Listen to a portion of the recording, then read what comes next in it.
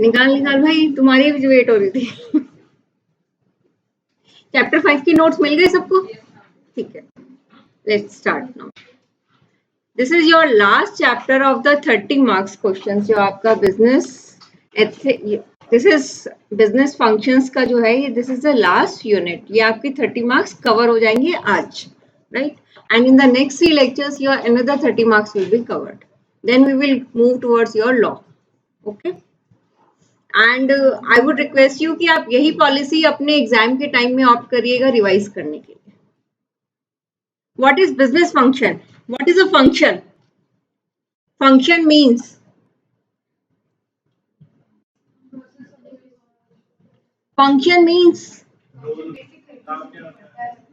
कुछ करना। Function means कुछ करना। इसको हाईलाइट भी कर लो साथ साथ अपने इसमें। This is a process or operation which is performed routinely to carry out a part of the mission of an organization. दो कैरेक्टरिस्टिक इसकी क्या होगा? एक तो ये रूटीन में परफॉर्म्ड होता है, राइट? एंड सेकंड, ये बिजनेस के मिशन को अचीव करने का एक पार्ट है। दो चीजें क्या हो गई इसकी? Routine, mission. दो वर्ड्स हमारे, routine carried out to fulfill one particular part of your mission. So business process is also called business function. This is a concept used in the organization architecture domain, and it represents what work is done by the organization unit or role. So there are two parts of it. One is known as strategy and other is tactics. So what is strategy?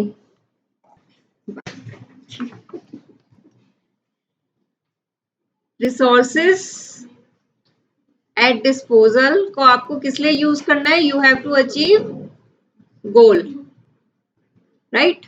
और you can say it is end for which you want to use the resources. इन दोनों के बीच का gap जो fulfil करता है, that is known as strategy, और and a part of it is also known as tactics. So strategy is what? Which helps to manage the resources available in a way that we can achieve our goal, right? And it is derived from the Greek word strategios. So आपको अब इससे क्या याद आ रहा है? कौन कौन से वर्ड्स थे हमारे पास? Latin word cooperari, right? Meaning to work. एक कौन सा किया था हमने? Anglo French word frank. Frank means free, और किस में यूज किया था हमने? ये फ्रेंचाइजिंग में। एंड द थर्ड हमारा क्या आ गया? ये ग्रीक वर्ड स्ट्रैटेजी। किससे डिराइव हुआ? ये strategios, which means the art of the general. ये जो मिशन आर्मी में बेसिकली यूज होता था स्ट्रैटेजी। जब भी कोई ऐसी वॉर होती थी, कोई थ्रेट होती थी, कोई हमें अपने एनिमी की कोई पॉलिसी, कोई अटैक को फेल करना होता था, उसका कोई ऐसा चल रहा है मिशन, तो हम एक अपना एक्शन प्लान बनाते थे which was known as strategy. और उस एक्शन प्लान को जैसे इम्प्लीमेंट किया जाता था उसको हम कहते थे tactics, right? So what is, where it was used first? Strategy कहाँ यूज हुई है फर्स्ट? मिलिट्री में। मिलिट्री में for winning the battle, planning to win the battle. In the context of business strategy is a plan specially designed to match the potential of competitors. अब यहाँ enemy की जगह हमारे पास क्या आ गए? Competitors. तो हमें competitors के against हमें उनसे लड़ना है, हमें उनसे जीतना है। तो जो भी हम action plan बनाते हैं, it is known as strategy. It reflects managerial response to changes in business environment. Strategy is the direction and scope of an organization over the long term. अगर ऊबर कोई अपनी पॉलिसी लेकर आया है तो उसके रिस्पॉन्स में ओला अपनी कोई ना कोई और लेकर आता है promotional skills, that is known as strategy, क्योंकि उसे उसके कॉम्पिटिटर से मैच करना है। क्रिकेट में क्या होगा? ये क्रिकेट में दिस इज स्ट्रेटेजी। गेम्स में भी होती है। कैसे मानोगे? किस चीज को स्ट्रेटेजी कहोगे गेम्स में? कैसे विन? अगर कोई 6 पे 6 मारे जा रहा है तो क्या करते हैं वो? बॉलर चेंज करते हैं प्लस साथ में फील्डिंग चेंज करते हैं, that is a strategy, right. Some features of a strategy are as follows. This is a specialized planning to retaliate to the competitors. It explains how managers have to respond to changes in business environment, redefine the directions, reflect concern to effectively achieve, mobilize resources. It maximizes the chances to achieve the objectives. अब इसमें आप जो underline करेंगे, आप ये last वाला करेंगे, formulating strategies is the job of top management. And if our MCQ comes, specialized plannings to retaliate to the competitors, name is strategy, tactics, goals. बताओ. अरे मैंने हाईलाइट कर दिया स्ट्रैटेजी. इसको जितनी बार रिपीट करोगे उतनी बार याद हो जाएगा. बार बार रिपीटेशन का, क्योंकि ये वाले चैप्टर्स में समझने का इतना कुछ नहीं है जितना उनको रिटेन रखने का है, right. Strategies at different levels of management. 3 levels पे बनती है स्ट्रैटेजी. किस किस पे बनती है? कॉर्पोरेट मींस जो आपकी टॉप मैनेजमेंट है.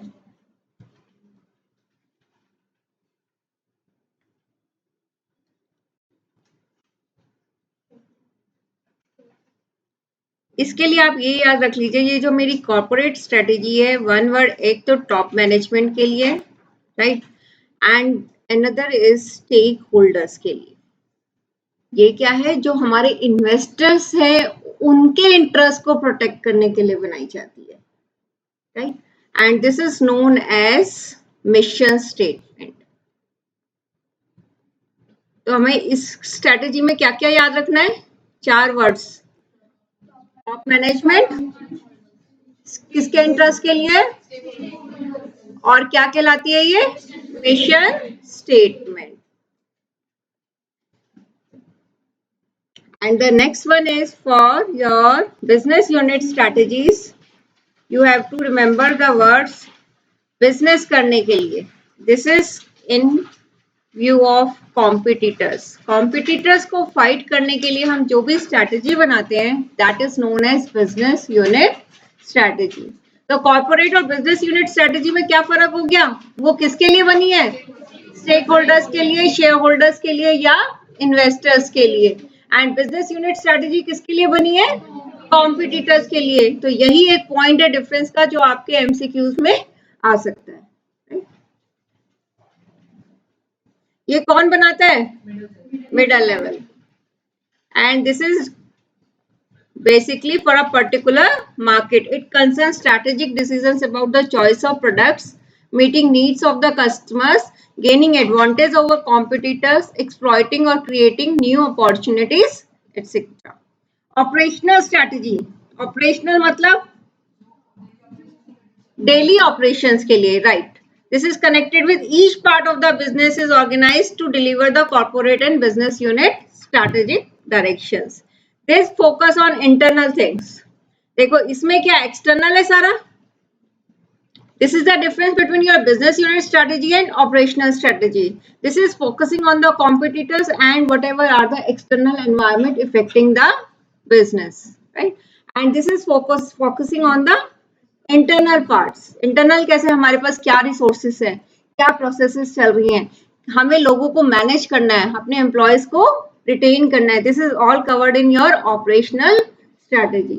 तो ऑपरेशनल स्ट्रैटेजी किससे गवर्न कर रही है? इंटरनल से. And business unit strategy external part से, एक्सटर्नल कंपटीशन से. एंड कॉर्पोरेट स्ट्रैटेजी फिनेंस से, इंटरेस्ट, स्टेक होल्डर्स के इंटरेस्ट को प्रोटेक्ट करने के लिए.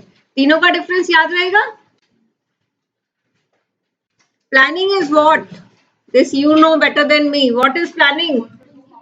What to do, how to do, when to do. तो हम क्या करते हैं? मैपिंग करते हैं. We map exactly how to achieve a particular goal. So this is the primary function of the management and it is basically an intellectual process. It requires determination of the action, क्या action लेना है। जैसे 12th के बाद हम pass out हुए तो हमें ये था कि हमें क्या करियर बनाना है, गोल हमारा भी क्या है, करियर बनाना। उसके लिए मुझे क्या एक्शन लेना है, this you have decided, enrol कराना है, सीएस में एनरोल कराना है, यहाँ पे कोचिंग लेनी है, these are your all action plan. And the basic decision on purpose, knowledge and considered estimates. Next is your budgetary control. Control का मतलब, budgetary से पहले control का मतलब बताओ. What is the meaning of control? Budgeting is the formulation of plans for a given future period in numerical terms. Budgeting क्या है, ये एक planning है but in quantitative terms. इसकी speciality क्या है कि ये वो प्लान है जो नंबर की टर्म्स में एक्सप्रेस किया जाता है, and that's why this is known as the best tool for control. क्योंकि नंबर को कंपेयर करना आसान है, आपने टारगेट रखा है 100 यूनिट्स पर पर्सन, आपका 90 आ रहा है, आप इजीली कंपेयर कर सकते हो, 110 आ रहा है, इजीली कंपेयर कर सकते हो। That's why budgetary control is known as the best control method. As such, budgets are statements of anticipated results in financial terms, like revenue and expenses and capital budgets. और they may be non-financial terms, हमारे कितने labor hours लगेंगे, हमारा कितना material consume होगा, quantity की term में हो सकता है, कितनी सेल्स होगी, यूनिट कितना हम आउटपुट प्रोड्यूस करेंगे, that is in unit. It has sometimes been said that, for example, financial budgets represents dollarizing of plans. So the MCQ is whether this statement is true or false, partly true, partly false. True. क्योंकि and which control represents the dollarizing of plans? Dollarizing of plans means जो भी आपने plans बनाए हैं उनको dollar की term में express करना। जैसे हम रुपीस की टर्म में करते हैं वैसे डॉलर की टर्म में कर देते हैं उस पैसे को, ठीक है। And budgetary control is defined by the Institute of Cost and Management Accountants as, हम उस दिन ये कर रहे थे ना कि क्या इसका लेटेस्ट नाम है, it is institute of cost and management accountant, Seema basically, as the establishment of budgets relating the responsibilities of executives to the requirement of a policy. What they are saying, हम budget किस लिए establish कर रहे हैं, ताकि हम executives की responsibilities fix कर सके।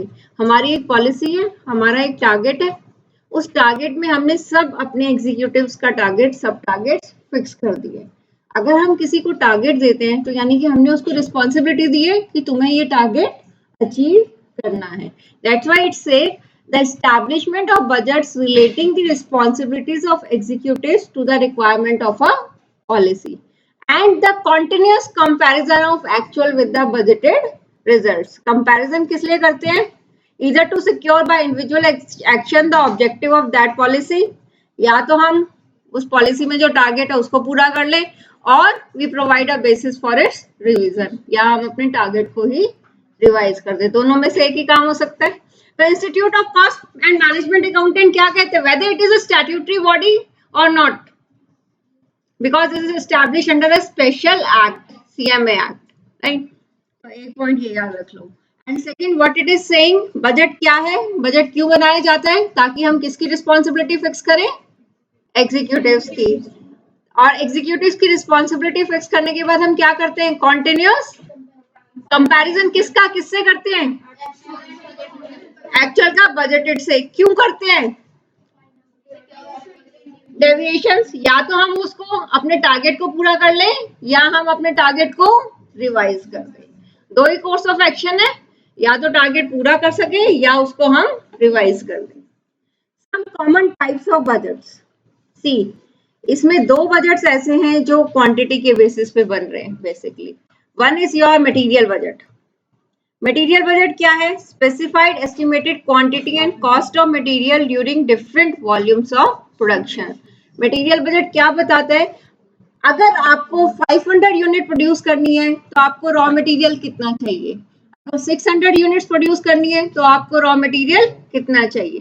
तो हर प्रोडक्शन लेवल पे वो क्या स्पेसिफाई कर रहे हैं, आपका रॉ मटेरियल कितना चाहिए, that is known as material budget.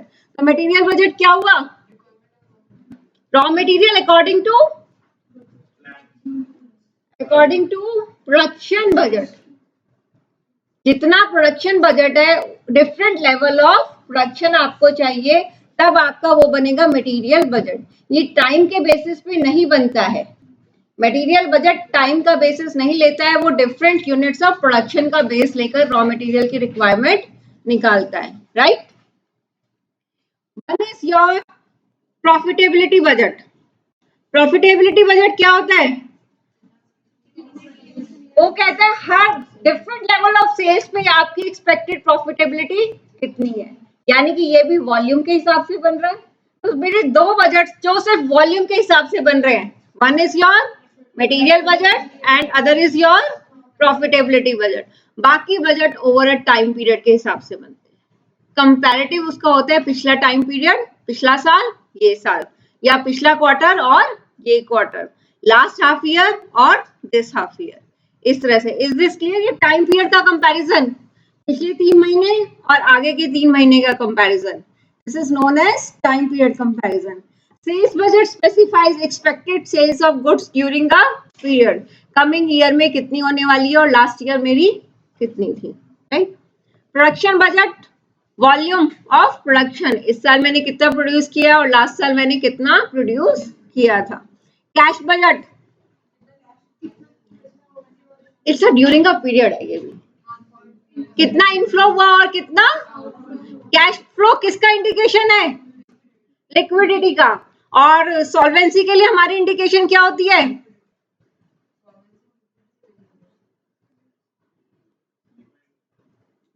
Liquidity हमारा कैश है, लाइक सॉल्वेंसी मेरा कैपिटल है, कैपिटल बजट, कि क्या मैं लॉन्ग टर्म में मेरे पास इतनी एसेट्स हैं फिक्स और करंट मिलाकर कि मैं अपनी लॉन्ग टर्म लायबिलिटी भी पे कर सकूं और अपनी करंट लायबिलिटीज भी पे कर। What is the difference between solvency and liquidity,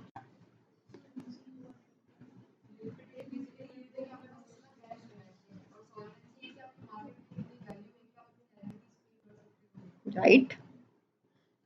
liquidity means आज मेरे पास कितना कैश है कि मेरे जो इमीडिएटली लायबिलिटीज खड़ी हो रही हैं, करंट लायबिलिटीज जो खड़ी हो रही है उनको मैं पे कर सकूं। एंड सॉल्वेंसी मीन्स मेरे पास एसेट्स कितनी है, मार्केट में मेरी रेप्यूटेशन कितनी है कि मैं जो मेरी टोटल लायबिलिटीज बनती हैं वो अपनी एसेट से पे कर सकूं, that is known as solvency. So solvency is measured in terms of your assets and liquidity is measured in terms of your cash balance, right? Working capital budget, it shows working capital at different points of time. This is on the basis of time. Her time के period के बाद मेरी working capital कितनी है. R&D budget, estimated expenditure over research and development over a particular period of time. Coming 3 years या 5 years में मुझे R&D पे कितना spend करना है. तो मेरा sales budget, production budget, cash budget, working capital, R&D किसके बेसिस पे है, टाइम पीरियड पे, उनके लिए कंपैरिजन लाइन है time period. Material and profitability budgets are compared on the basis of volume, right. Features of budgetary control क्या क्या होंगे,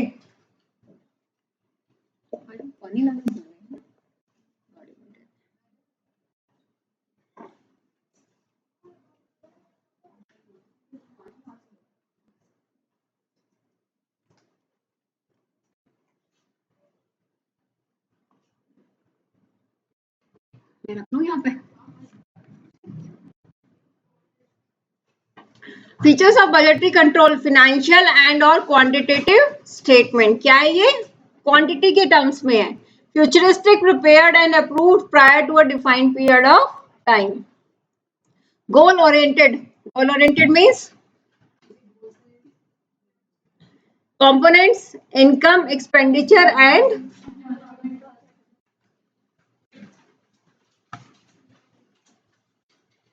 बजट की एडवांटेज बताओ बिना इसको पढ़े।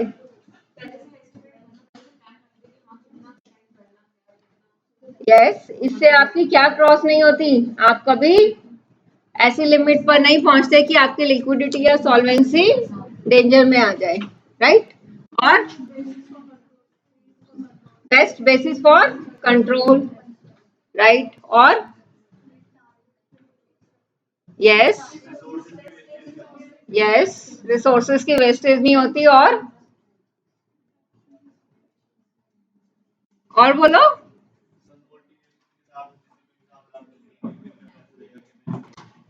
बोनस किस टर्म में मिलता है हमें, एग्जीक्यूटिव्स को जो बोनस मिलता है मार्केटिंग एग्जीक्यूटिव्स को, वो मिलता है उनकी सेल्स के बेसिस पे, उनकी कलेक्शन के बेसिस पे। सो this is a direct motivation for them कि जितना ज्यादा वो सेल्स कलेक्ट करेंगे उतना ही उनको बोनस या उनकी प्रमोशन होगी, right. So budgeting focus on specific and time-bound targets and thus helps in attaining the organizational objectives. It is a source of motivation to the employees who know the standards against which their performance will be appraised, and thus they enables them to perform better.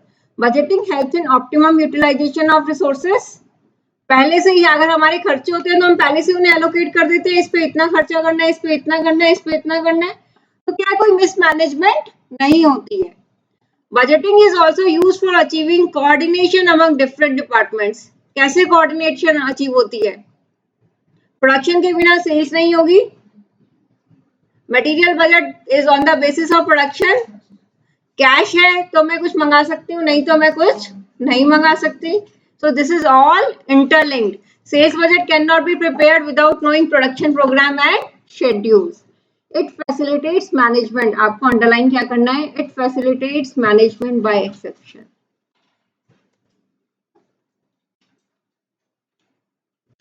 MCQs में management by exception is governed by, आपको 3-4 options दे दिया है तो आप क्या टिक करना है आपको, budgetary control. Management by exception कैसे है, क्योंकि ये पॉइंट आउट क्या करता है, डेविएशन, स्टैंडर्ड से जो डेविएशन से एक्सेप्शनल चीजों को पॉइंट आउट करते हैं। That's why this is known as management by exception. तो मेरी चीजें क्या क्या कवर्ड हो गई, कौन से बजट्स मेरे प्रोडक्शन के बेसिस पे, वॉल्यूम के बेसिस पे है, material and profitability, right. Sales budget मेरा किसके ऊपर बेस्ड है, टाइम पीरियड के साथ साथ उसका लिंक किससे होगा, प्रोडक्शन बजट से।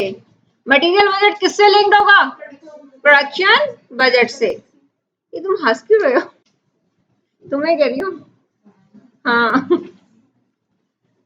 मुस्कुरा रहे तो से मैंने पता नहीं क्या। What is known as dollarizing of plans.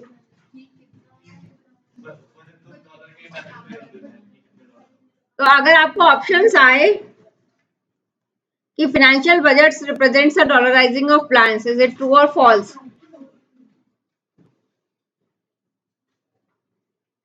Location of business में मेरा, अगर मुझे बिजनेस सेटअप करना है तो मुझे क्या क्या फैक्टर देखने हैं, सबसे पहले मेरे को सर्विस क्या देनी है, मैं किस काम को करना चाहोगे, जिसकी डिमांड हो, तो उसकी डिमांड के साथ साथ आप क्या देखोगे, जहां पर आप सेटल करना चाहते हो काम को, वहां पर फैसिलिटीज हो, इंफ्रास्ट्रक्चर हो, कम्युनिकेशन नेटवर्क हो, आइडिया का नेटवर्क सब जगह, राइट। मेरे पास आइडिया का फोन नहीं है, but I am just saying idea का नेटवर्क सब जगह अवेलेबल होता है। नेटवर्क इन द सेंस खाली कॉल ही नहीं, आपके पास इंटरनेट फैसिलिटीज आजकल ना हो तो उसके बिना बिजनेस चलाना मुश्किल है। प्लस जिनसे आपको कांटेक्ट करना है वो आपके आसपास होने चाहिए। जितना ज्यादा डिस्टेंस होगा उतना ज्यादा आपकी ट्रांसपोर्टेशन कॉस्ट बढ़ जाएगी। लेबर, आईटी सेक्टर ज्यादा से ज्यादा हब क्यों बना हुआ है, क्योंकि यहाँ पर चीपेस्ट लेबर है। कॉल सेंटर क्यों बने हुए हैं, यहाँ पर लेबर बहुत सस्ती है और यहाँ के लोगों के लिए वही पैसा बहुत ज्यादा है। Market, customer and population, generally हम वही सेटल होना चाहते हैं कि हमारा कस्टमर आसपास हो, जितना आसपास होगा उतनी ही सप्लाई फास्ट होगी। हल्दीराम की चेन मैक्सिमम नंबर जगह पे खुली हुई है, मैगनीज आपका बंद हो गया, उसकी जगह किसकी प्रेफरेंस आ गई, बर्गर किंग। बस सबवे, KFC, सबवे पे आई सॉस, कल मैं गई थी, इतने लोग थे, अदरवाइज होते ही नहीं है। मैगडीज उसके साथ वाला बंद था तो सबवे भरा हुआ था। तो इसलिए जितनी चीज सारी जगह चेंज क्यों खोली है, क्योंकि जितने कस्टमर के पास हो गए उतना ही कस्टमर आपका सामान खरीदेगा। सप्लायर्स, और ये उतनी फास्ट सप्लाई हो जाएगा। Government assistance, SEZ, government assistance is SEZ, सबसे ज्यादा वहां पे टैक्स की फैसिलिटीज है, इंफ्रास्ट्रक्चर की फैसिलिटीज है, एक्सपोर्ट के लिए आपके लिए सस्ता पड़ेगा, इंपोर्ट करना आसान है, even with in the domestic market अगर आप कुछ खरीदना चाहते हो तो वो भी आपके लिए आसान होता है। और गवर्नमेंट अगर कोई ऑर्डर देगी तो वो सबसे पहले किसको प्रेफरेंस देती है, small scale sector and specially SEZ, क्योंकि वहां पे उन्हें प्रमोट करना है।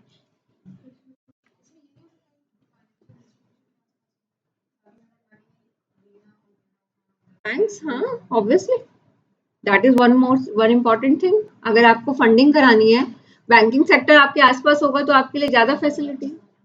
And these all things ultimately depend on which product you are selling.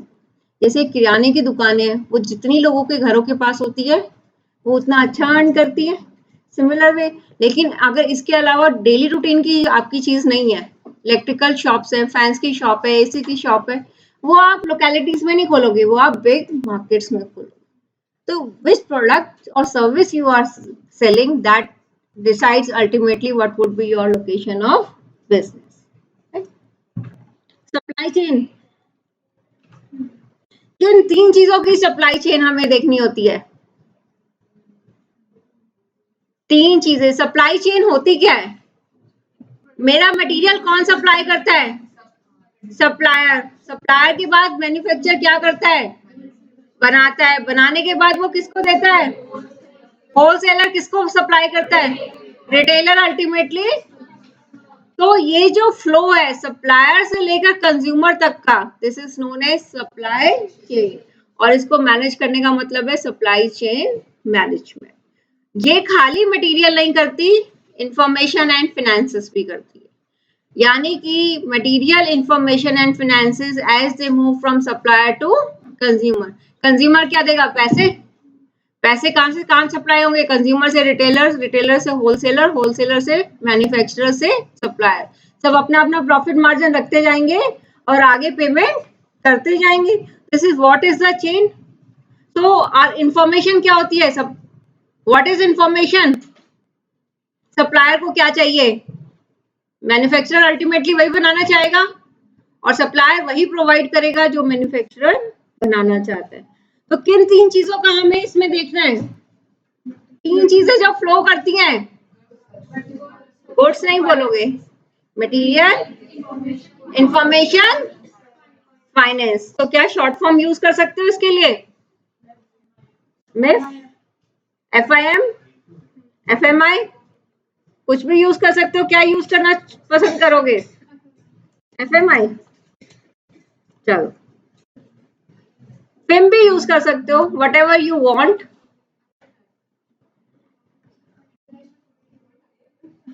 IMF भी यूज कर सकते हो, राइट? IMF कर लेते हैं, that is more attractive.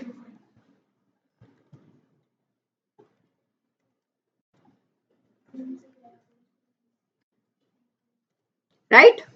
Information, material and finances flowing from supplier to customer, consumer or customer, one thing. The ultimate goal of any effective supply chain management system is to reduce inventory. क्योंकि हम क्या चाहते हैं? हम उतना produce करें जितनी demand हो, हमारे पास ओवर स्टॉकिंग ना हो। सप्लायर से मैन्युफैक्चरर कितना खरीदना चाहेगा? जितना वो प्रोड्यूस करना चाहता है। और वो प्रोड्यूस कितना करना चाहेगा? जितने की डिमांड हो और जितने की उसकी कैपेसिटी हो। तो ये सारी इंफॉर्मेशन इसको वो मैनेज इसलिए करते हैं ताकि वो कहीं पे भी ना तो रॉ इन्वेंट्री की आपका पाइलअप हो, ना आपका WIP। WIP means work in progress pile up हो, ना ही आपकी फाइनल इन्वेंट्री पाइलअप हो। They want a smooth flow, that's why there is a supply chain management. तो सप्लाई चेन मैनेजमेंट किस किस चीज को अवॉइड करती है? क्या ना हो, pile up of inventory. Inventory किन किन चीजों की हो सकती है? Material, WIP and finish goods. Similar में फिनांस भी उतना ही लगाया जाता है जितने की जरूरत हो। अगर हम एक्सेस लगा देंगे तो हम क्या करेंगे? हमारा इंटरेस्ट लूज हो जाता है, हमारी अपॉर्चुनिटी कॉस्ट होती है। कम होगा अगर फिनांस तो हमारा प्रोडक्शन पूरा नहीं हो पाएगा। अगर मुझे इंफॉर्मेशन ना मिले तो मेरे को क्या क्या लॉस हो सकता है?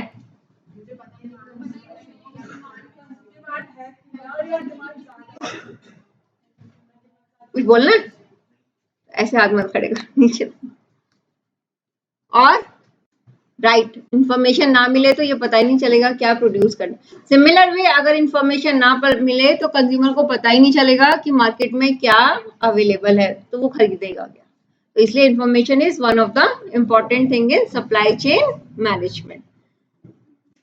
Supply chain management includes managing supply and demand. इसके बाद वो क्या करेगा? Sourcing raw material and parts. उतने ही रॉ मटेरियल एंड पार्ट्स मंगाए जाएंगे जितने की जरूरत हो। मैन्युफैक्चरिंग एंड असेंबली, उतना ही सामान प्रोड्यूस किया जाएगा जितने की डिमांड है। Warehousing and inventory tracking, आजकल आपने देखा है आपकी इन्वेंट्री बनी और वो फाइनल कंज्यूमर तक पहुंची।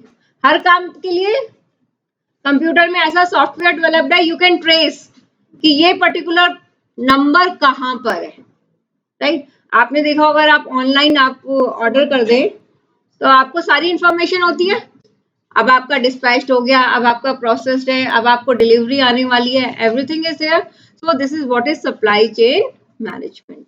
Order entry and order management, distribution across all channels and delivery to the customer. किस चीज की? गुड्स की।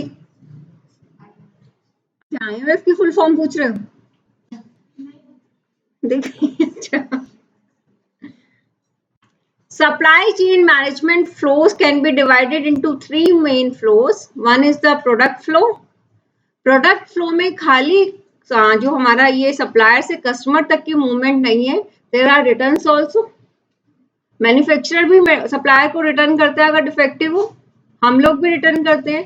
तो this includes direct flow as well as reverse flow. Includes the movement of good from a supplier to a customer as well as any customer returns or service needs. Right?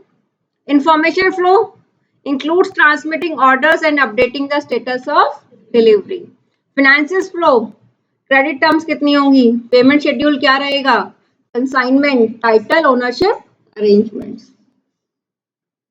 There are two main types of SCM software. One is known as planning application, other is known as execution application. Planning में क्या होगा? Order को कैसे fill किया जाए, order कैसे लिया जाए, कैसे उसको पूरा किया जाए। एग्जीक्यूशन एप्लीकेशन, अब आपने ऑर्डर पूरा करने के लिए उसको फिजिकली डिलीवरी तो करनी पड़ेगी, that is known as execution application. Planning में सारा काम सॉफ्टवेयर से होता है, कंप्यूटर से होता है, ठीक है। एग्जीक्यूशन में वो उसकी गुड्स की मूवमेंट को ट्रेस करता है कि गुड्स अब डिलीवर्ड हो गए। Management of material and financial information involving all parties. SCM के टू सॉफ्टवेयर कौन कौन से हैं? Planning and execution. Planning means to fill the order, plan करना, वो सॉफ्टवेयर डेवलप करना जो हमें ये बताए कि हम इस ऑर्डर को कैसे फुलफिल करें। एग्जीक्यूशन मीन्स फिजिकल खाली गुड्स की नहीं, फाइनेंसेस की भी देखनी होती है, क्योंकि ऑनलाइन एप्लीकेशन करते ही सबसे पहले क्या आता है कि पेमेंट कैसे करोगे। लास्ट ऑर्डर देने से पहले ऑप्शन आती है, साथ में लास्ट में जब आपका ऑर्डर आ गया उसके बाद भी एक इंफॉर्मेशन आती है, are you satisfied. So this is what information process को फ्लो कराना। तो दो सेकंड सॉफ्टवेयर मेरा क्या है, मटेरियल इंफॉर्मेशन एंड गुड्स का एक्चुअली ट्रैकिंग करता है, फिजिकली ट्रैकिंग करता है। देयर आर अगर मैं अपने इंफॉर्मेशन शेयर करूं तो उसको क्या कहेंगे, ओपन सिस्टम और क्लोज सिस्टम। Open system. तो क्या हर कोई इंफॉर्मेशन शेयर करता है? क्लाइंट्स के बारे में कोई इंफॉर्मेशन शेयर करता है?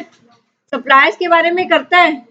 क्या हम अपने सप्लायर से अपने क्लाइंट्स की इंफॉर्मेशन शेयर कर सकते हैं? अगर हम ओपन है तो हम कर सकते हैं, अगर हम क्लोज हैं तो हम नहीं करेंगे। जनरली क्या होता है, आपका पूरा कंप्यूटर बेस्ड डेटा बना होता है, राइट? अगर आप आईसीआईसीआई की वेबसाइट पे खोल लो, मेंबर्स का डेटाबेस कहीं से भी एक्सेसिबल है। कौन इंस्टीट्यूट में मेंबर है, कौन इंस्टीट्यूट में स्टूडेंट है, this is all available on the website. What is it? Open system. आजकल सिस्टम जनरली ओपन हो गए, यहाँ पर कुछ भी हाइड नहीं करते। Sharing of data both inside and outside the enterprise is known as open data model, SCM software. अब हम क्या करेंगे, this is called the extended enterprise, और इसमें जो 3 चीजें इंक्लूडेड होती हैं, मैन्युफैक्चरर, फर्स्ट मैन्युफैक्चरर के पास तो डेटाबेस होगा ही होगा, और ये मैन्युफैक्चरर किससे करेगा शेयर? सप्लायर से और अपने कस्टमर्स। अगर कोई भी डेटाबेस अपने सप्लायर्स या कस्टमर्स के साथ शेयर करता है, that is known as open data model, SCM software. Shared data में reside in diverse database systems और data warehouses at several different sites and countries. Amazon का अलग अलग कंट्रीज में अलग अलग नेटवर्क है, सब जगह एक्सेसिबल है। शेयरिंग में भी upstream with a company supplier, अगर आप कंपनी के सप्लायर से करते हैं sharing, that is known as upstream. अगर कंपनी के क्लाइंट से करते हैं तो that is known as downstream. तो इसको आप जरूर याद रख लो, एक डायग्राम बना लो, ऊपर आप सप्लायर को रख लो और नीचे आप क्लाइंट को रख लो, ठीक है? इसमें हम अगर ऊपर की डायरेक्शन दे रहे हैं तो it means this is upstream, और इसमें अगर मैं नीचे की डायरेक्शन दे रही हूँ तो इट इज डाउनस्ट्रीम। यानी कि अब कंफ्यूजन नहीं होनी चाहिए, अदरवाइज आपको कंफ्यूजन रहती है। एग्जाम में जब हम जाते हैं तो इतना प्रेशर होता है, तो इतनी छोटी सी बात पे भी कंफ्यूज हो सकते हैं, लेकिन अगर डायग्रामेटिक आपने याद किया हुआ है तो आपके कंफ्यूजन के least chances, right?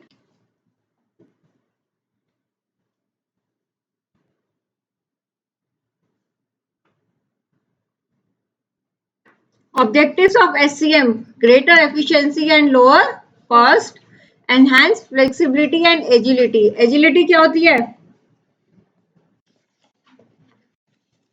What is agility?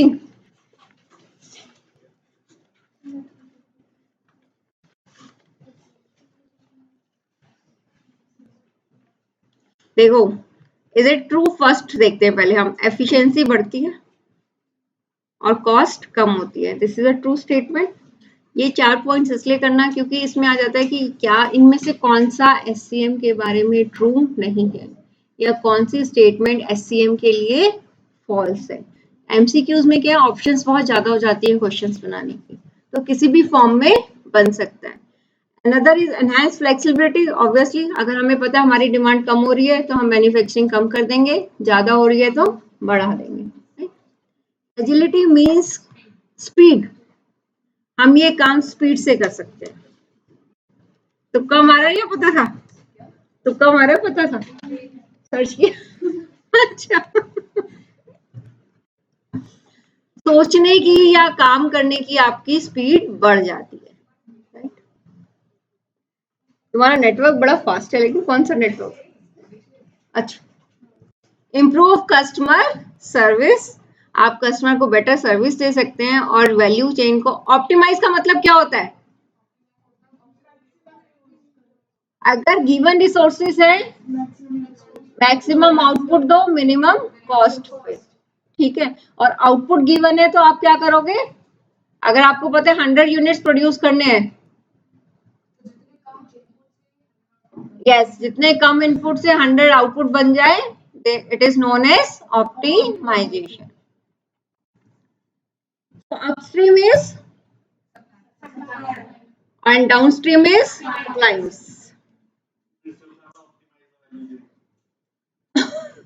Optimise का मतलब होता है अगर मेरे पास एक टारगेट गिवन है, फॉर एग्जांपल अगर मेरे पास आउटपुट गिवन है तो मिनिमम कॉस्ट कर दो, अगर मेरे पास कॉस्ट गिवन है तो मैक्सिमम आउटपुट कर दो।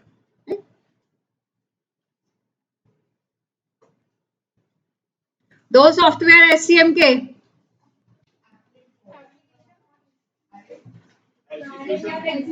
प्लानिंग एंड 3 फ्लो एससीएम के, एंड शॉर्ट फॉर्म हमने क्या यूज करी है, IMF। क्या SCM कस्टमर सर्विस इंप्रूव करता है?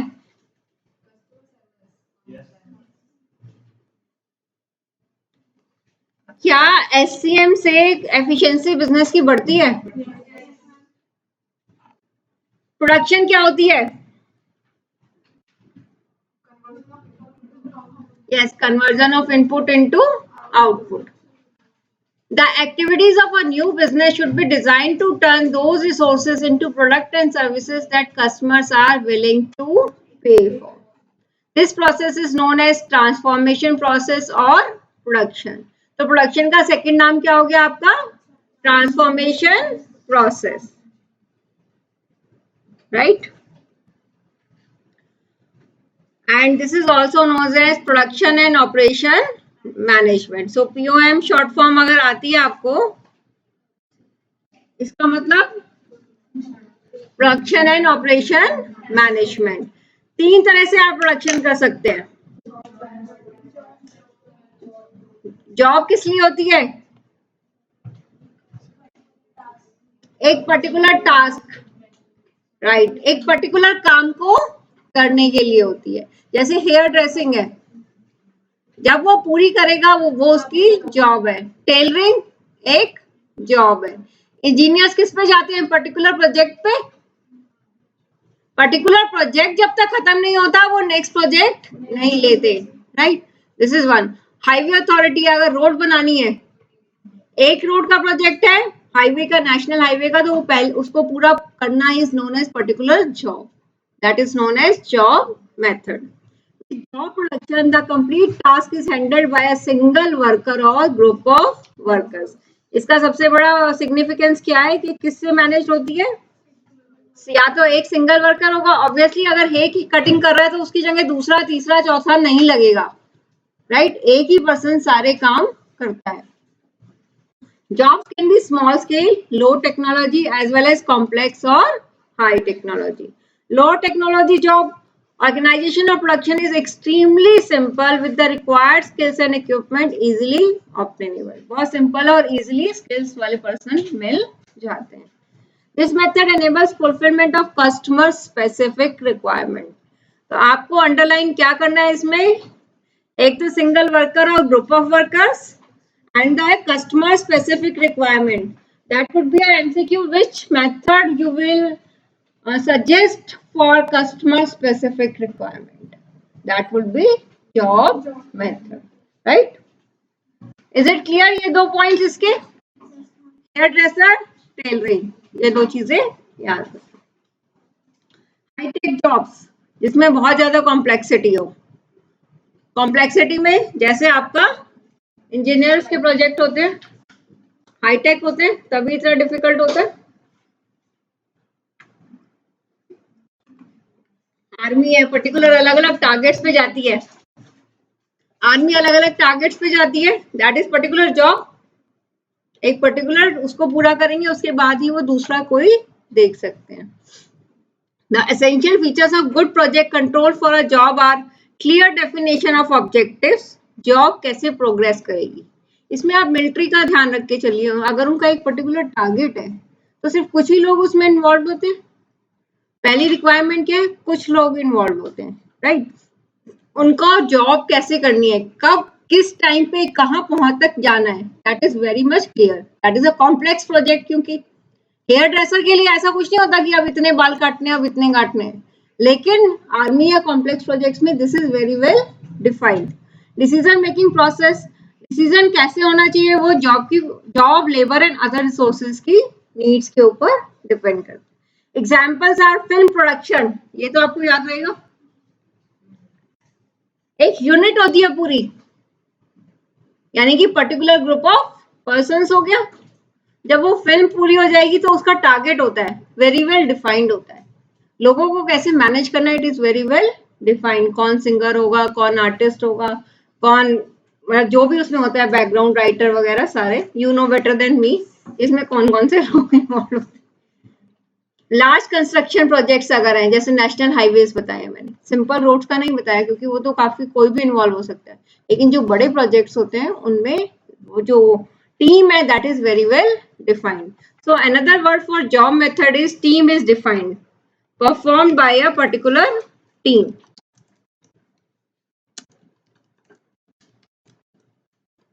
राइट इसके लिए आपको वर्ड याद रखना है टीम वर्क. बैच मेथड क्या होता है?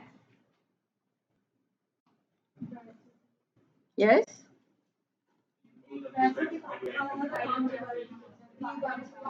यस काम आपका डिपार्टमेंट्स में डिवाइड है एंड लॉट्स में डिवाइड है.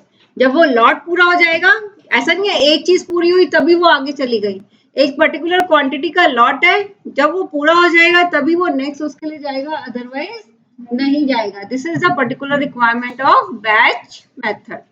Better for high volume production, the work for any task is divided into parts और operations. Each operation is completed through the whole batch before the next operation is performed. Underline this. Is it true for it? एक batch के ऊपर जब एक operation पूरा हो जाएगा तभी वो दूसरे ऑपरेशन के लिए जाएगा. By using the batch method, it is possible to achieve specialization of labor and low cost expenditure. It should be ensured that production equipment is not idle. The main aim of batch method is concentrate the skills and achieve high equipment utilization. कहाँ पर use होता है generally? Manufacturing को organise करने के लिए. A good example is the production of electronic instruments. एक mobile का लॉट है, उसमें चिप लगानी है, अगर तो जब तक सब में नहीं लगेगी तब तक वो आगे मूव नहीं करेगा. बैच मेथड में प्रॉब्लम सबसे ज्यादा इन्वेंट्री पाइलअप होने की होती है, क्योंकि एक स्टॉक पूरा रेडी होगा तब वो नेक्स्ट मूव करेगा, तब तक वो पाइलअप ही रहेगा. इस कमी को दूर किया है फ्लो मेथड ने. फ्लो मेथड क्या कहते हैं? जनरली मशीनरीज, आपने कभी डिस्कवरी चैनल पे देखा है कि ये जो बाहर की कंट्रीज का दिखाते हैं, सॉस की बॉटल बनती है या कोल्ड ड्रिंक्स बनता है, तो क्या है मशीनरी में स्मूथली फ्लो करती आ रही है बॉटल्स, फिलिंग, मतलब ऐसा नहीं है रुक कहीं नहीं रहा है. तो इसका मतलब है काम स्टैंडर्डाइज्ड है, उसमें कोई थिंकिंग प्रोसेस नहीं है, कोई फ्लेक्सिबिलिटी नहीं है, और वो स्मूथली फ्लो कर जाएगा. जिसके ऊपर ढक्कन लगना है फटाफट फटाफट ढक्कन लगते चले जाएंगे और कहीं पे कोई स्टॉपेज नहीं है. That is what is flow method. They are similar to the batch method except that the problem of rest और आइडल प्रोडक्शन और बैच क्यूइंग इज एलिमिनेटेड. लेकिन ये कहाँ पर सक्सेसफुल है? जहां पर काम क्या है, अभी भी मैंने स्पेशली रिपीट किया है, स्टैंडर्डाइज्ड है. जहां पर काम स्टैंडर्डाइज्ड है, जहां पर कोई थिंकिंग प्रोसेस नहीं है और जनरली सारा मशीनरी बेस्ड है, right, that is known as flow method. तो फ्लो मेथड का स्पेशल थिंग क्या हो गई? काम क्या होना चाहिए? Standardized. This is a method of production organization where the task is worked on continuously or where the processing of material is continuously and progressive.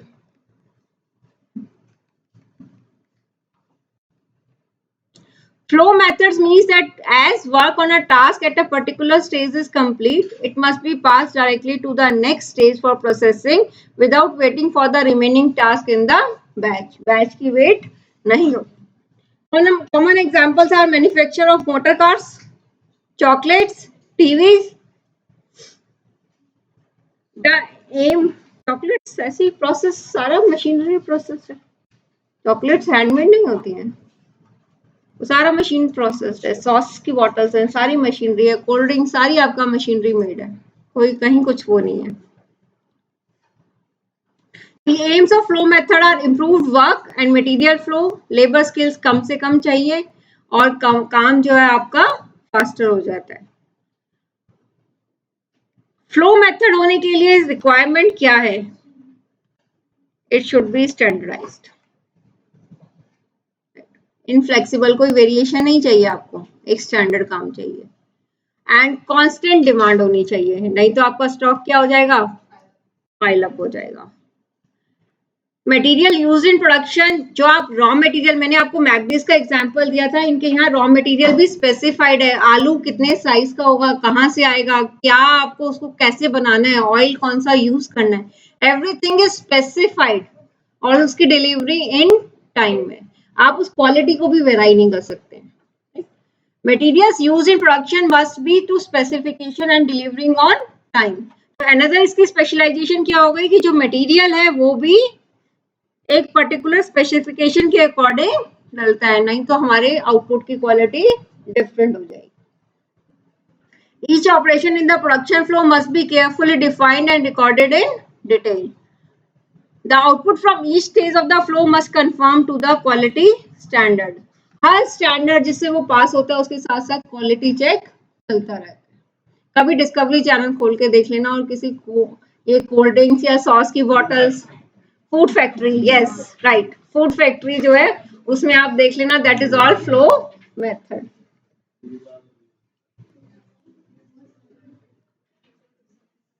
Blood of the organization is finance. क्या हो गया? बिना पैसे के चाहे कोई कुछ भी करे, लेकिन मजा भी नहीं है और आप काम ही नहीं कर सकते. काम आप कहो मैं फ्री में काम कर दूं, वो तो तब है जब आपके पास बहुत पैसा ऑलरेडी है या बहुत बड़े सिंसियर, मतलब बहुत भगवान की साइड से दानी महानी लोग हैं, then it is feasible, otherwise it is not feasible.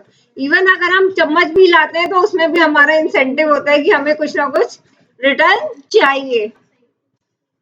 The most common way to explain finance is money, लेकिन मनी एक शॉर्ट टर्म में काउंट होती है, right. Finance represent long term as well as short term requirements of an organization. This is a science of money as it tells how to acquire, administer and control the finance. क्या बताता है ये? कैसे लेना है, कैसे उसको use करना है और कैसे उसकी वेस्टेज को कंट्रोल करना है. Finance is needed to establish the enterprise. किस किस चीज के लिए चाहिए? उसको एस्टैब्लिश करने के लिए पैसा चाहिए, उसको रन करने के लिए पैसा चाहिए, एक्सपेंड, मॉडर्नाइज, कुछ भी करना हो, बिना पैसे के अगर हम घर से बाहर निकले तो हम शायद इंस्टीट्यूट भी नहीं पहुंच सकते, राइट.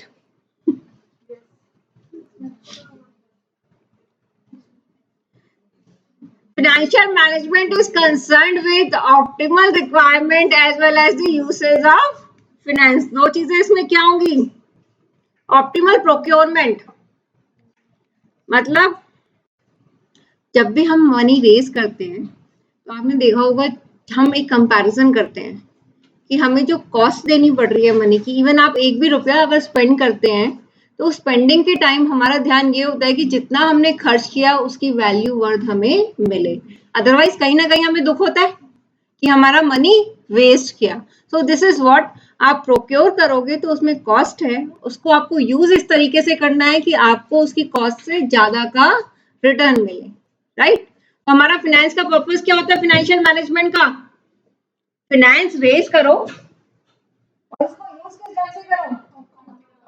ऑप्टिमम मींस हमारा रिटर्न कितना हो? अकॉर्डिंग टू स्टैंडर्ड, मेरी कॉस्ट से ज्यादा रिटर्न मुझे मिलना चाहिए, तभी मैं पैसे खर्च करूंगी. लाइफ में पॉलिसी बना लो, वही नहीं हमें पैसा खर्च करो जितने एटलीस्ट उतनी वैल्यू तो आपको मिले चीज की, राइट. नहीं तो आप रिटर्न कर दो. आजकल तो अवेलेबिलिटी है रिटर्न बैक की. FM aims to reduce the cost of finance. It is related not only to fundraising but also it's a wider perspective of managing the finances for the company efficiently. In developed state countries, पैसा raise करना कोई बड़ी बात नहीं है, उसको efficiently use करना जो है that is a bigger issue. Return from the investment should be more than the cost of finance. इसको आप हाईलाइट कर लो. जो मेरे FM का पर्पस है वो यही है. बिजनेस में जितना पैसा लगाया जाए उससे ज्यादा का रिटर्न आएगा तभी आपका बिजनेस चलेगा, अदरवाइज नहीं चलेगा.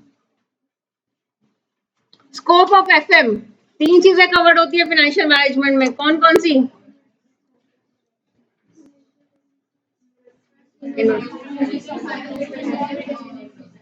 इन्वेस्टमेंट मीन्स, इन्वेस्टमेंट मतलब कितना आप फिक्स्ड एसेट्स में करेंगे, कितना आप वर्किंग कैपिटल में करेंगे.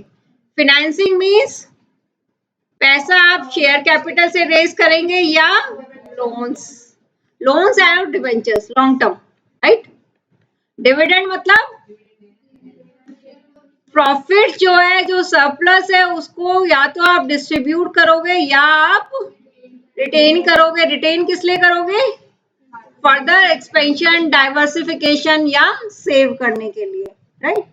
तो हम मेरे 3 डिसीजंस क्या हो गए? इन्वेस्टमेंट, इन्वेस्टमेंट का मतलब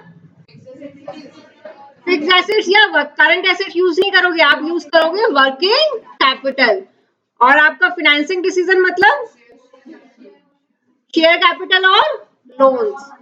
एंड डिविडेंड डिसीजन में आप क्या डिसाइड करते हो? प्रॉफिट को आप डिस्ट्रीब्यूट करोगे या रिटेन करोगे। What is the scope? Financing decision comprises of financial planning and capital structure decision. This is financial capital structure decision. इसका another word क्या है आपका? Capital structure. Right? बाद में हम कंफ्यूज हो जाते हैं, पता है ये इन्वेस्टमेंट का है, ये कैपिटल स्ट्रक्चर है, ये क्या है, ये सब मिक्सअप हो जाता है। इन्वेस्टमेंट डिसीजन में मेरी किन दोनों चीजों की मैनेजमेंट हो रही है? Fixed assets management and working capital management. This is known as investment decision. Dividend decisions में प्रॉफिट को डिस्ट्रीब्यूट करना मतलब डिविडेंड करना, और रिटेन करने को हम कहते हैं flow back the profit. Flow back profit, profit को दोबारा इन्वेस्ट करना। This is known as your dividend decision. अब याद रहेंगे ये financing decision. What is financing decision का दूसरा नाम क्या होगा? Capital structure decision. जो डिफरेंस है वो सिर्फ फाइनेंसिंग डिसीजन में, बाकी तो क्लियर कट है कि fix assets management, working capital आपका इन्वेस्टमेंट में आ गया, डिविडेंड में आप डिस्ट्रीब्यूट कर रहे हैं। एक अलग सा नाम किसके पास है? खाली फाइनेंसिंग डिसीजन के पास जो नाम है वो है capital structure decision.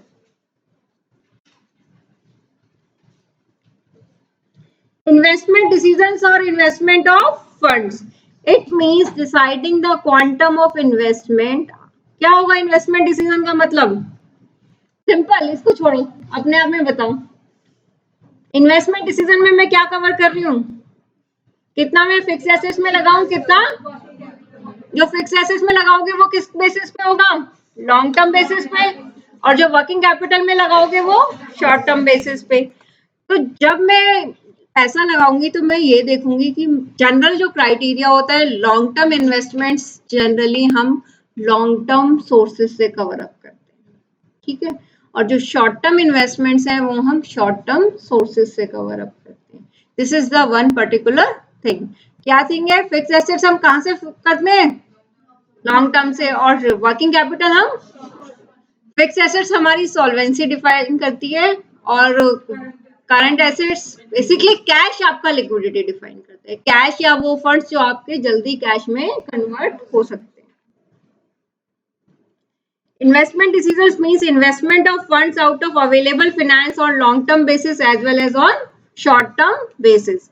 Long term investment decision is also known as capital budgeting,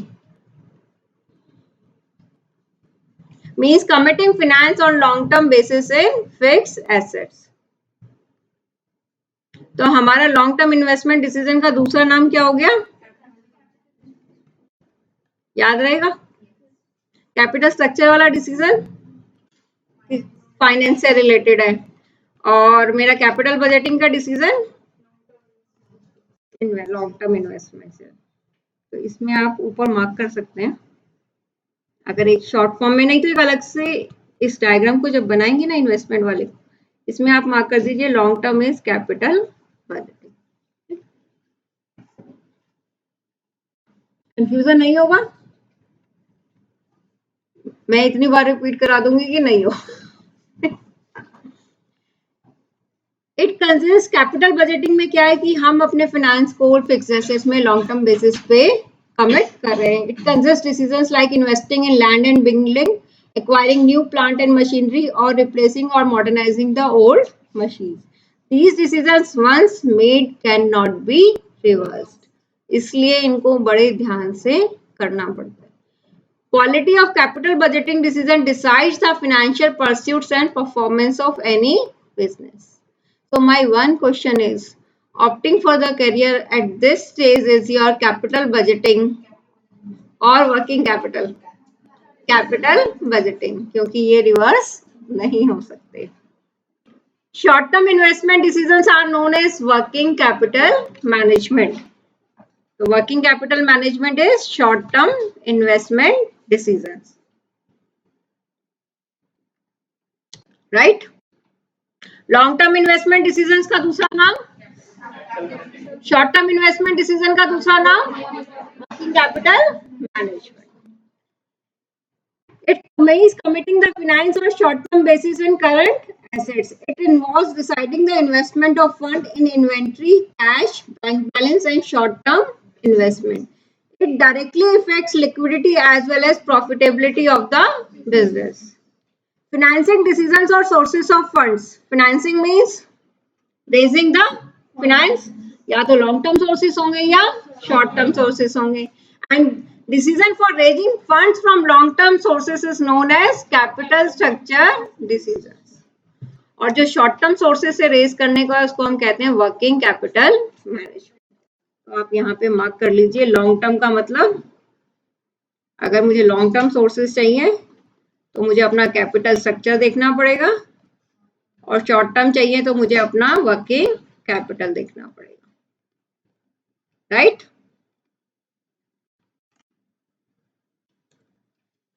Financing decision comprising two decisions. Financial planning, it relates to estimating the source and application of funds. कहाँ पढ़ा ये word? Sources and application of funds.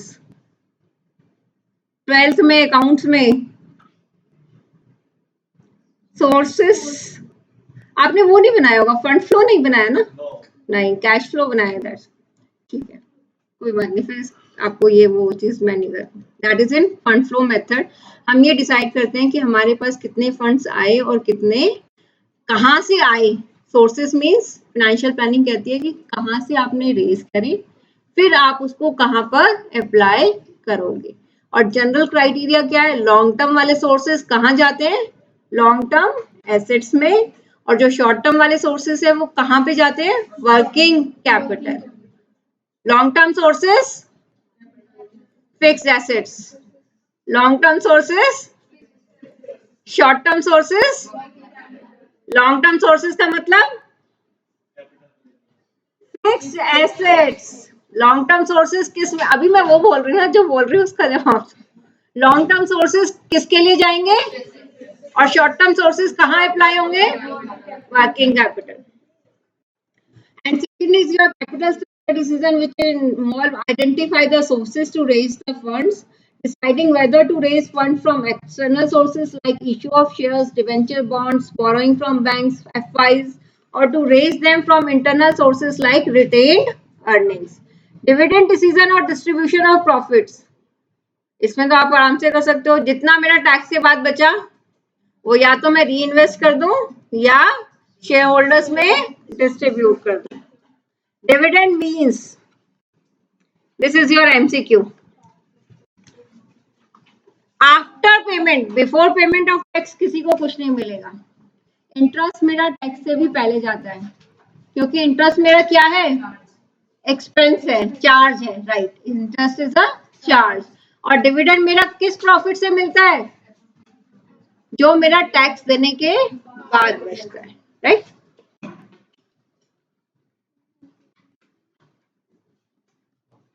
Marketing management. आज तो हमने late class शुरू करी है, तो आज हम 15 मिनट एक्सटेंड कर सकते हैं. भूख लग रही है, ये पहले क्यों नहीं खाया? मैं वेट कर रही थी बाहर. आज मुझे यही बताया गया कि बच्चे सेटल हो गए. पहले खा लो, वेट कर लो प्लीज. मुझे भी अच्छा नहीं लगता, बट तुम यही कुछ खा लो जो है. 10 मिनट सही, और इसको पूरा करने के बाद. ओके. Marketing management. मार्केट क्या होती है?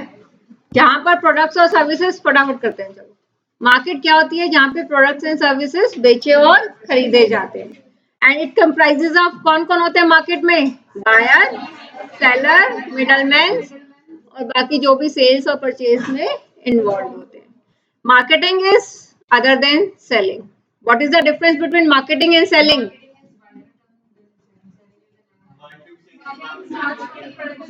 मार्केट का एम क्या होता है? Consumer satisfaction. और सेलर का सेलिंग का एम क्या होता है? जो भी प्रोड्यूसर ने सेल किया उसे सेल आउट कर दो, चाहे वो कंज्यूमर के लिए नीड में फुलफिल है या नहीं है. So it includes all the activities necessary to move a product from the producer to the consumer. Selling is a part of marketing or not? Marketing research में क्या होता है? Yes. किस चीज की डिमांड है इसको और या कहाँ पे कंज्यूमर जो है सेटिस्फाई नहीं हो रहा है. Marketing research. Marketing starts with marketing research. Marketing शुरू किससे होती है? मार्केटिंग रिसर्च से. सो this is an important point, right? Marketing research is a learning process in which the marketers get to know everything about the needs and wants of consumers, and it ends when somebody buys something. Difference between marketing and selling: they are not synonymous. Selling is a narrow concept which involves transfer of goods or services from producer to consumers. But marketing is a wider concept which emphasizes on identifying the consumer needs and providing want satisfying product or services. So difference between selling and marketing: selling का focus producer, marketing का customer. Supremacy: selling के लिए कौन supreme है? Producer. Marketing में consumer. Demand: selling में ये मानते हैं कि जो भी हमने प्रोड्यूस किया उसकी डिमांड है. मार्केटिंग में ये सर्च किया जाता है कि किस प्रोडक्ट की डिमांड है. मोटिव: सेलिंग में मोटिव क्या है? प्रॉफिट. मार्केटिंग में मोटिव कस्टमर की सेटिस्फेक्शन. सेलिंग में प्रोसेस क्या है? गुड्स और सर्विसेज को मनी की टर्म में कन्वर्ट करना. और मार्केटिंग में कंज्यूमर की नीड्स को आइडेंटिफाई करके सेटिस्फाई करना. शक्ल ऐसी मत बना के नहीं तो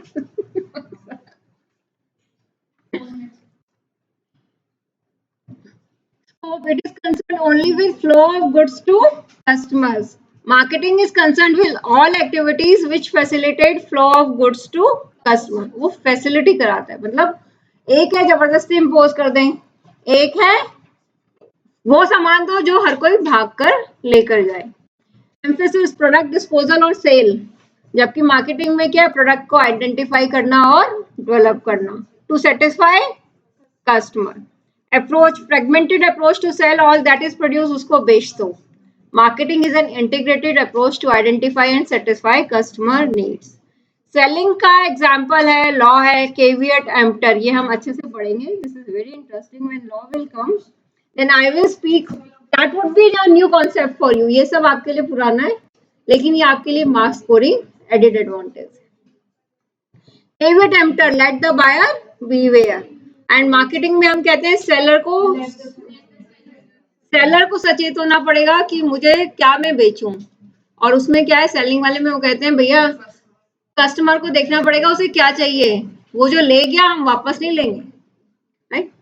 पर्सपेक्टिव: सेलिंग का शॉर्ट टर्म है प्रॉफिट मैक्सिमाइजेशन का, और मार्केटिंग का लॉन्ग टर्म है with emphasis on customer creation, satisfaction, growth and stability. Marketing mix वो सारी चीजें जो मार्केट से इंटरेक्ट करने के लिए चाहिए. Marketing mix, right? 4 P's.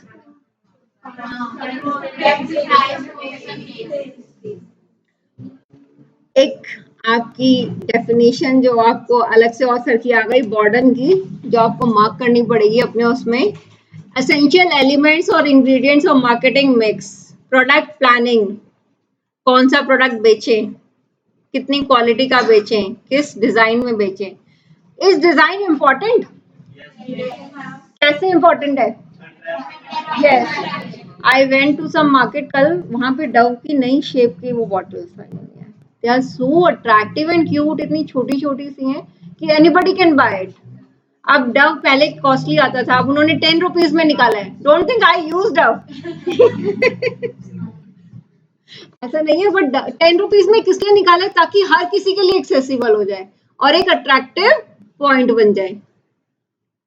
And development pricing, वही आप कितने प्राइस पे लोग मैक्सिमम लोग खरीद लेंगे. अच्छा एक चीज बताओ, हमें अपने प्रोडक्ट में अगर मेरी कॉस्टिंग है 200 रुपए की, तो इज इट प्रॉफिटेबल कि मैं उसे 1000 रुपए में बेचूं, या इज इट प्रॉफिटेबल कि मैं उसे 400 में बेच दूं?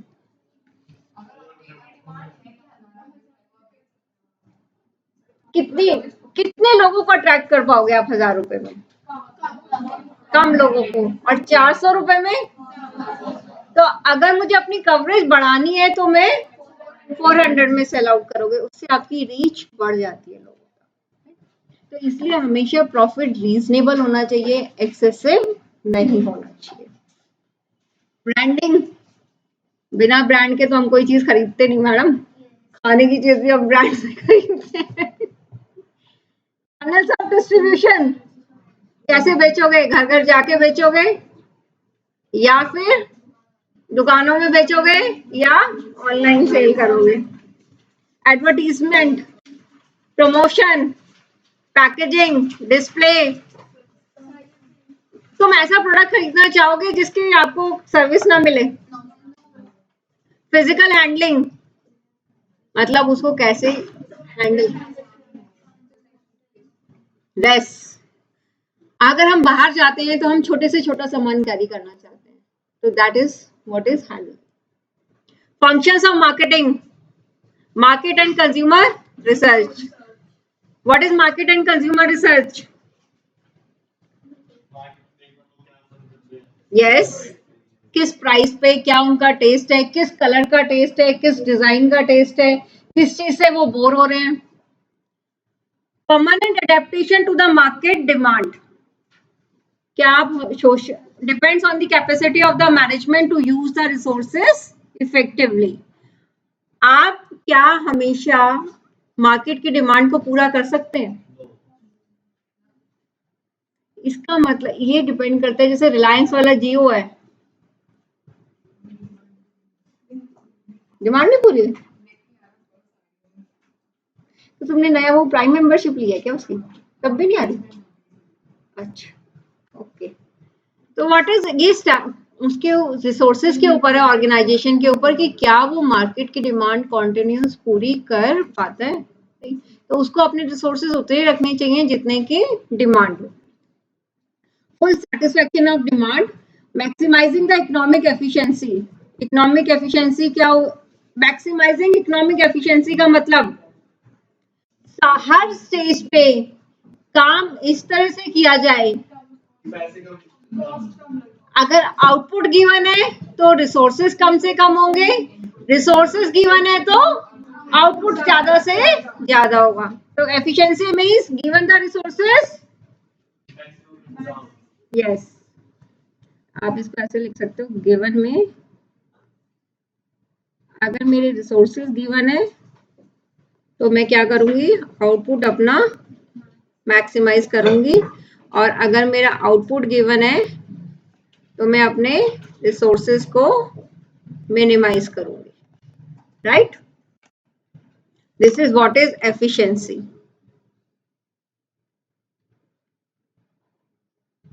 हर स्टेज पे जो भी आप, चाहे वो पैसे हैं, चाहे वो सामान प्रोड्यूस करना है, चाहे वो सर्विसेज देनी है, चाहे उसको डिस्ट्रीब्यूट करना है, चाहे सिंपल वेयर हाउसिंग करनी है, हर स्टेज, इवन लाइफ में भी ये कॉन्सेप्ट है.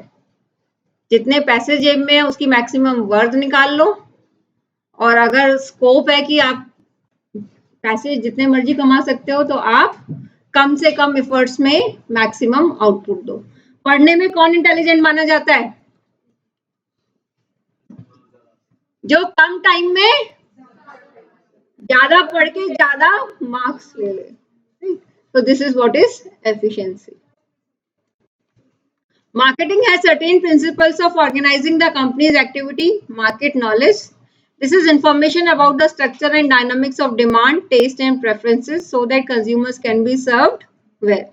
द कंपनी नीड्स सी, आपने देखा ये अभी तो नहीं, मैगडीज वगैरह के हाईवेज पे जो है टेक अवे बने हुए हैं कि आप जो है उनसे बाहर की बाहर गाड़ी में से लो और गाड़ी में खाते हुए चले जाओ। दिस इज व्हाट रिक्वायरमेंट के साथ उन्होंने एडजस्ट किया कि हाईवेज पे जो लोग जा रहे हैं वो स्टे करके खाने के लिए नहीं बैठ सकते हैं, they don't have that much time, तो उन्होंने टेक अवे का सिस्टम निकाल दिया कि रुको और फटाफट लेकर चले जाओ। The company needs to produce what it can sell, not to sell what it can produce. Anticipation of consumer preferences, forecasting future trends, marketing for the company, not company for marketing. अरे यार रुक जाओ, इसको पता है next class में करने में मजा नहीं आएगा, मैं सबको बोल दूंगी तुम्हारा 15 मिनट्स वेट कर लेंगे और ठीक है। ह्यूमन रिसोर्स है ही कितना, नहीं वो नहीं करेंगे, एमसीक्यूज नहीं करेंगे, चिंता मत करो, आसान है, कुछ भी नहीं है। ह्यूमन रिसोर्स क्या होता है? ह्यूमन रिसोर्स का मतलब है क्या आप ऐसा चाहते हैं, ऐसा एनवायरनमेंट हो कि लोग टर्नओवर ज्यादा हो लोगों का, या ऐसे लोग हों जो आप एनवायरनमेंट ऑर्गेनाइजेशन के लिए कमिटेड हो। आमिर खान की एक मूवी आई थी जिसमें उसको शर्ट्स प्रोड्यूस करनी थी 2000 जूही चावला के साथ, वो 3 बच्चे थे उसमें।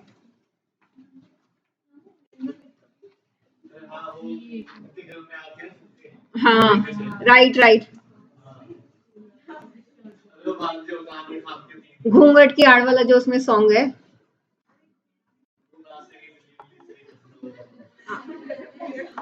उसमें क्या था, वर्कर्स कमिटेड थे, लास्ट मोमेंट पे भी they were ready to work. आपको कैसे वर्कर्स चाहिए?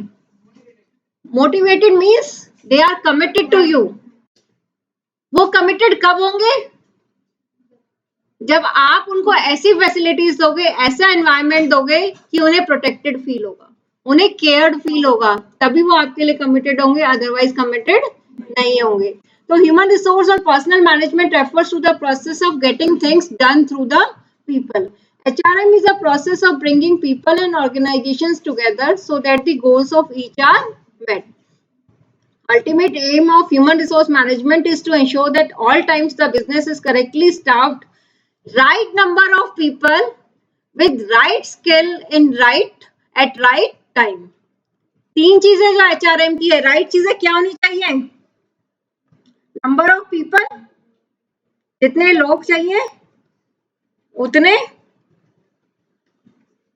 जो स्किल वाले चाहिए उतने, और जिस टाइम पे चाहिए।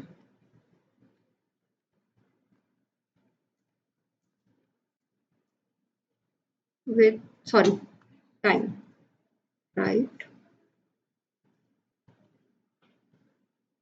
3 चीजें क्या हो गई मेरी?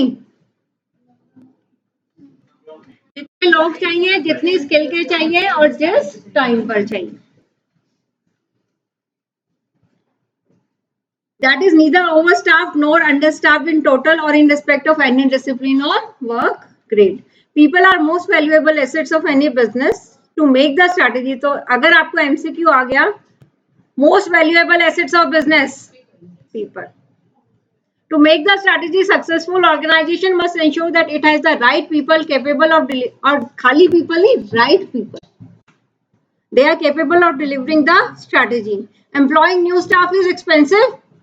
It takes time to develop cultural awareness, product, process, organization knowledge and experience for new staff members. New staff can disturb the existing staff. Various features of HRM you can read it. इसमें कुछ different नहीं होगा, ठीक है? अगर होगा तो you can ask. Next class में हम discuss कर सकते हैं। तुम सबकी शक्लें देख के मुझे लग रहा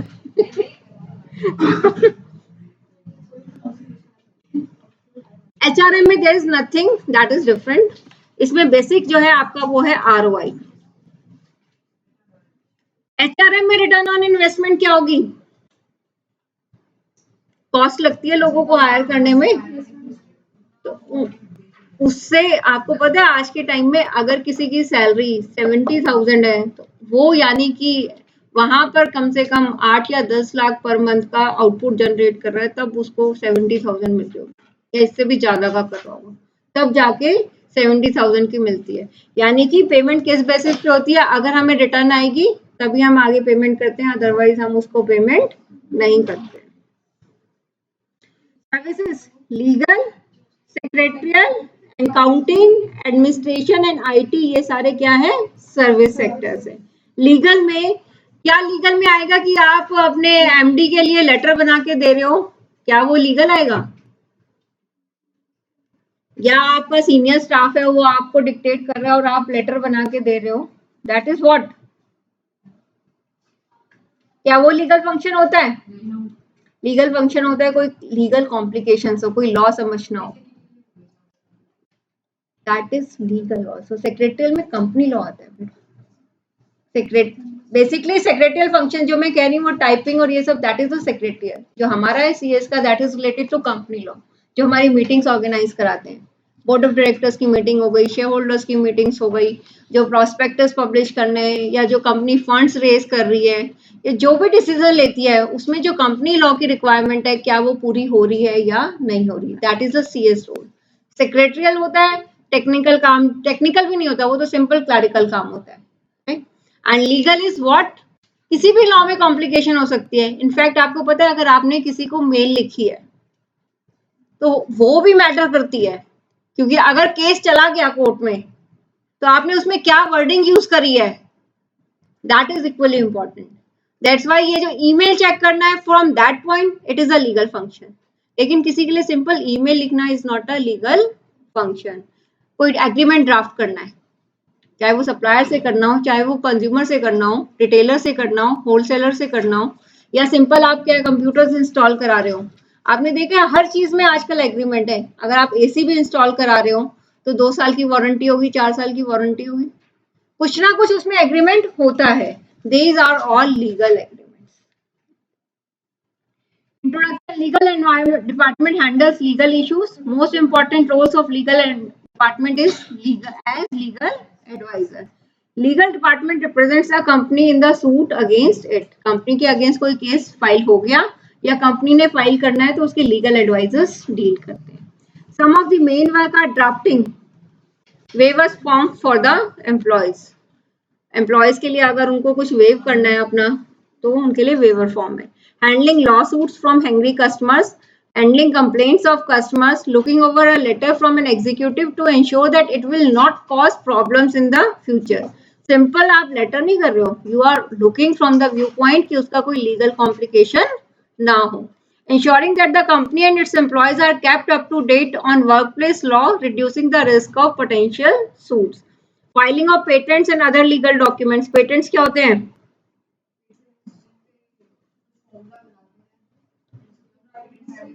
इंटेंजिबल एसेट्स, किसी चीज को बनाने का पर्टिकुलर तरीका is known as patent. Drafting letters और notice for members of the company, कोई लीगल डिपार्टमेंट का काम नहीं है। बोर्ड मीटिंग या मिनट्स बनाना या रिकॉर्ड्स रखना या सेक्रेटरियल काम, अकाउंट्स, ऑडिट लीगल में नहीं आते हैं। सेक्रेटरियल फंक्शन, जो वर्ड है सेक्रेटरियल फंक्शन वो सीएस के लिए यूज किया गया है। उसका काम क्या है? बोर्ड मीटिंग कराना, उस बोर्ड मीटिंग की सारी फॉर्मेलिटीज को पूरा करना, and it is a very complex issue. मतलब ये आसान लग रहा है बट आप अपने घर में अगर एक छोटा सा फंक्शन ऑर्गेनाइज कराना हो तो कितना दिमाग खराब होता है। तो डायरेक्टर्स के साथ वो भी इतने लीगल कॉम्प्लिकेशंस हैं, नोटिस अगर इसको नहीं गया या इस फॉर्मेट में नहीं गया या ये रिक्वायरमेंट पूरी नहीं हुई या ये पर्टिकुलर इशू रह गया मेंशन करना, तो this is all. But with the passage of time you become so alert, you become so practised कि आपके लिए ये चीजें बहुत ईजी हो जाती है। जनरल मीटिंग्स शेयर होल्डर्स की कंडक्ट कराना और बाकी सब ये हम कंपनीज एक्ट में पढ़ेंगे, right. We have a particular portion of the companies act. Accounting क्या होता है? किस चीज की रिकॉर्डिंग? फाइनेंशियल ट्रांजैक्शंस की। एडमिनिस्ट्रेशन, एडमिनिस्ट्रेशन क्या होता है? जनरल पेपर्स पर डॉक्यूमेंट्स जनरली पूरे हों, किसी एम्प्लॉय ने कुछ नहीं किया उसको नोटिस देना, कोई मैनेजमेंट की इंफॉर्मेशन है वो देना एम्प्लॉयज को, कस्टमर्स के साथ डील करना, this is nothing but administration.